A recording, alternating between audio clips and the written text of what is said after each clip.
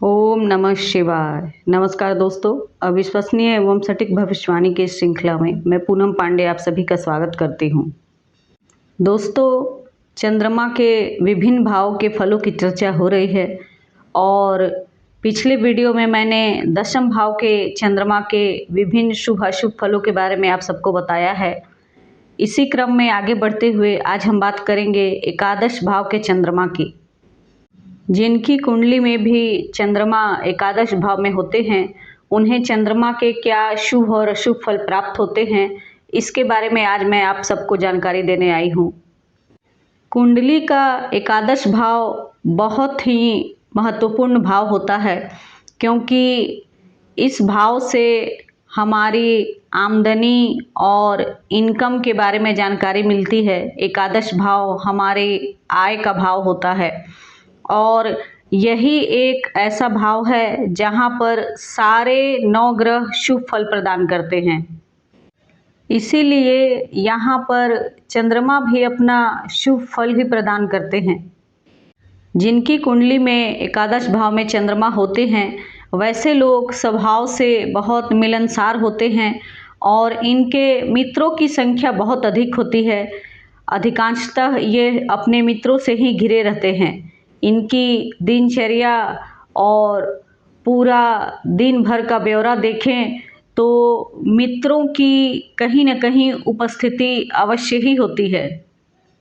एकादश भाव के चंद्रमा वाले जातकों का अपने भाई बहनों तथा मित्रों से बहुत अधिक लगाव होता है और उनसे इनके संबंध बहुत अच्छे होते हैं तथा उनसे इन्हें समय समय पर लाभ प्राप्त भी होता रहता है। एकादश भाव के चंद्रमा की सबसे अच्छी बात यह होती है कि यह जातक के आय को बहुत बढ़ाता है। ऐसे जातकों का आय और इनकम दिन ब दिन वृद्धि में जाती है। इनकी रेगुलर आमदनी बहुत अच्छी होती है और बड़े आराम से इनकी आय में वृद्धि होती जाती है। ऐसे जातक व्यवसाय से बहुत अधिक धन अर्जित करते हैं। विशेषकर यदि ऐसे जातक चंद्रमा से संबंधित चीज़ों का व्यवसाय करें तो निश्चित तौर पर बहुत अधिक सफलता प्राप्त करते हैं। और मैंने पहले भी चंद्रमा से संबंधित व्यवसाय के बारे में आपको बता दिया है, एक बार फिर मैं बता देती हूँ। तेल को छोड़कर सभी प्रकार के द्रव्य चंद्रमा के अंतर्गत आने वाले व्यवसाय होते हैं, जैसे कि पानी, शरबत, कोल्ड ड्रिंक्स, दूध तथा दूध से बने हुए उत्पाद, चाय, शराब तथा पानी से पैदा होने वाले उत्पाद जैसे कि मछली आदि, यह सभी चंद्रमा से संबंधित व्यवसाय होते हैं। तो जिनकी भी कुंडली में एकादश भाव में चंद्रमा होते हैं, वैसे जातक यदि इन सभी चीज़ों से संबंधित व्यवसाय करें तो निश्चित तौर पर उनकी आमदनी में वृद्धि होती है और व्यापार में सफलता प्राप्त होती है।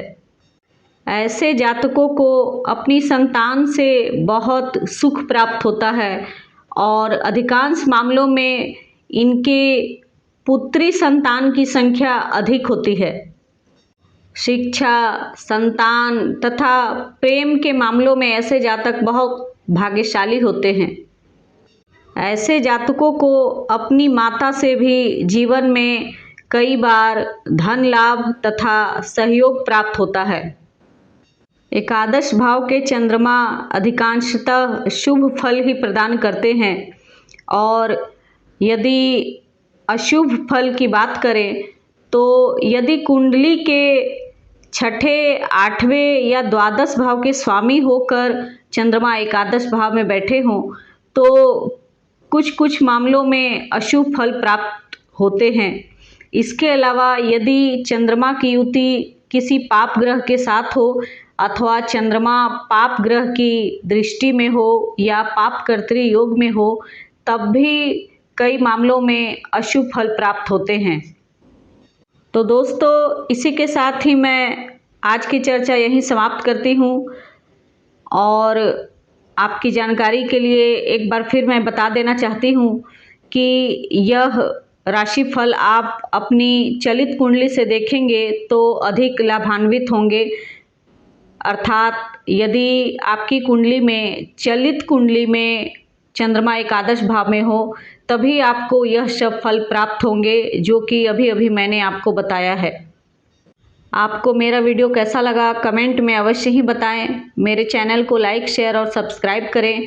यदि आपको व्यक्तिगत रूप से कुंडली विश्लेषण करवानी हो तो दिए गए नंबर पर संपर्क कर सकते हैं। तब तक के लिए मुझे आज्ञा दीजिए। अगले अंक में आपसे फिर मुलाकात होगी। नमस्कार। जय महाकाल।